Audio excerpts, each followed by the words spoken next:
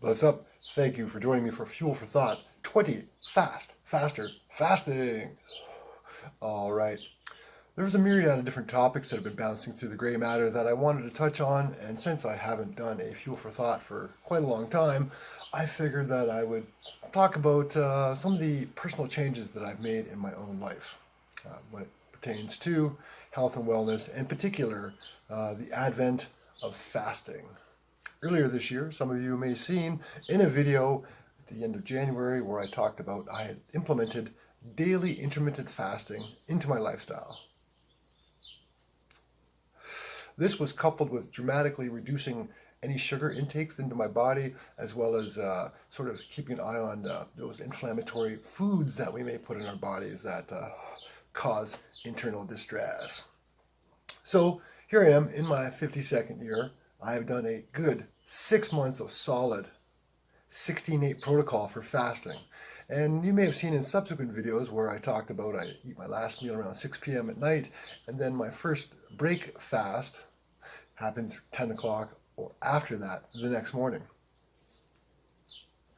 I break my fast with a little bit of bone broth, a nice salad, a small meal, and then I carry on with my day. It hasn't had any detrimental effects on me. I have lost some weight. But yeah, I went to the doctors for an appointment that had nothing to do with anything, just to have them look at my ear or whatever, and that's when I decided to step on a scale. So usually once a year I step on a scale because unless you're being hydrostatically weighed, and that's basically immersing your body into a large container full of water and how much water is displaced, taking into account the weight of your internal organs and your skeletal mass, they can tell you what your lean body mass is. Or you can get one of those fancy little scales that you step on that tells you what your body fat percentage is. But anyone that's trained under me knows that I am not a fan of being a slave to a scale. Just like the body mass index reflects that if you're a certain height, your weight should fall within certain parameters. And many times over the years, for my height, I have qualified as being obese. I do have a selection of photos that go back to when I was 26 years old and I was really not doing anything physically active. I became somewhat of a gym rat at 27. You see the physical changes in the photographs as follows, and I'll leave those for you now.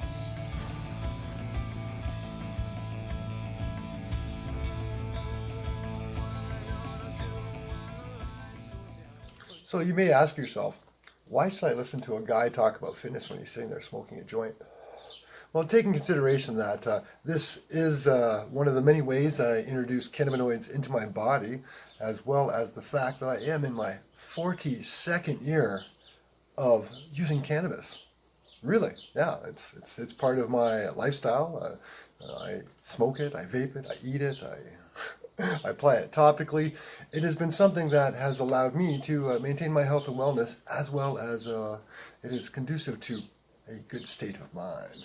So, I've been involved in fitness, like I said, since I was about 27. So I'm in like 25 years of trying to maintain health and wellness and having my own fitness, my knowledge, and my certification evolve accordingly. With that, I was going to add that over the years, things have changed. And initially, when I got into health and wellness, I wanted to be this big 225-pound jacked bodybuilder kind of guy. But genetically, I'm a skinny guy. I've always had this thing in my head about being a really skinny guy. And as you saw from that one photograph at the beginning, I pretty much maintained no muscle tone or muscle mass for the first quarter century of my life. But back to the intermittent fasting. I introduced that protocol, and I didn't have any difficulties with it because I spent about a year under Thomas DeLauer studying his information available online, and he does have a really good video that I linked to the Jill Sargent Boa Fitness group, which you can find the link down in the description below, as well as the link to that video that talks about fasting if you're over 40. Well, I'm well over 40 now, and I have another article that touches on how to get stronger after 50, and I'll include that link because things change, and that's how come I was looking at the protocols I'd employed in my daily fasts, and I thought, I want to change things up. Naturally, like I said, I lost some weight, and with that weight, I lost some muscle mass. But it's really not that dramatic because I knew what I was doing, and I was eating a very clean and healthy lifestyle. And most importantly, the things that I was putting in my body to fuel my body were very nutritious. Some of you may or may not know that the nutritional bioavailability of nutrients in our foods now has dropped dramatically over the last 40 plus years. And that is because of the advent of chemical fertilizers depleting the soil, and then the switch over to a lot of GMO products. A lot of things in grocery stores now have sugars in them, and a lot of those sugars are corn based. So you have to be careful because, as you've heard me say, we are what we eat. So it's very important that whatever you put in your body is as quote unquote natural and as healthy and efficient as possible.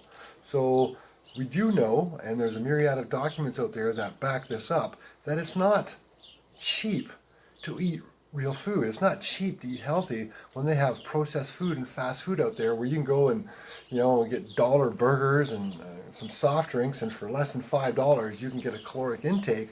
But again, the amount of nutritional value in those calories is sad.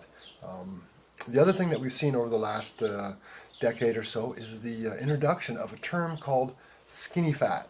So you have people that they don't look like they're obese. They have no real, body fat whatsoever, but because of their processed diet and the habits that they've, included in their lifestyles, along with not exercising and keeping their body moving, their internal organs are a mess. They look like people that have, just abused themselves with chemicals and processed food for decades. And this is the new trend. So you have the morbidly looking obese, which seems to be something that has permeated over the last 20 years. And some people sometimes refer to that as the people of Walmart look. And then you have the other end of the spectrum where you have folks that don't have any discernible sort of obesity problems on the outside, but inside all of their organs are just being suffocated with saturated fats and unhealthy fats and chemicals. So these are all having a cumulative effect on your overall health and wellness, and it's reflected by society as a whole because you see how many people are ill these days.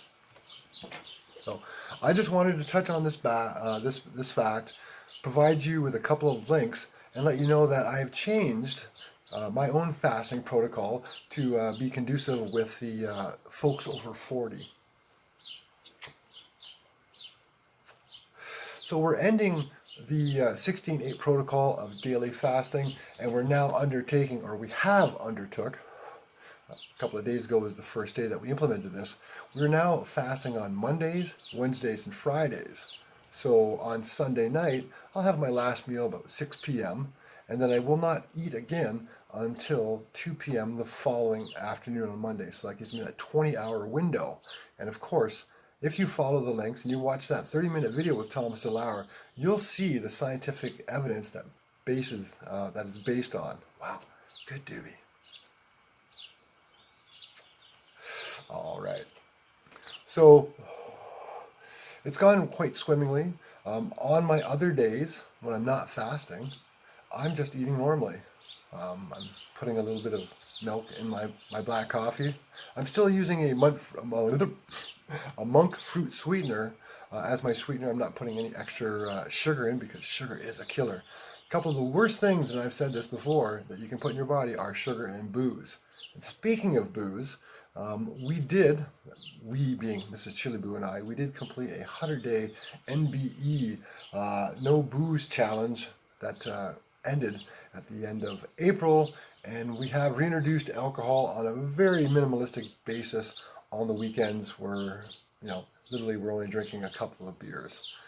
Socially, being this time of the year, it is rather difficult sometimes when it's hot out not to get together with friends and want to enjoy a couple of beers, especially when you've had a long day. But again, there is documentation, there are videos out there that show that when you're consuming beer, that your body's converting it to estrogen. That's for you guys out there. If you're wondering why you're getting those bitch tits and you're drinking the beers, it's not just because the food you eat, it's because when you're drinking booze and you drink too much booze and your body can't process it properly and quickly, it turns into estrogen.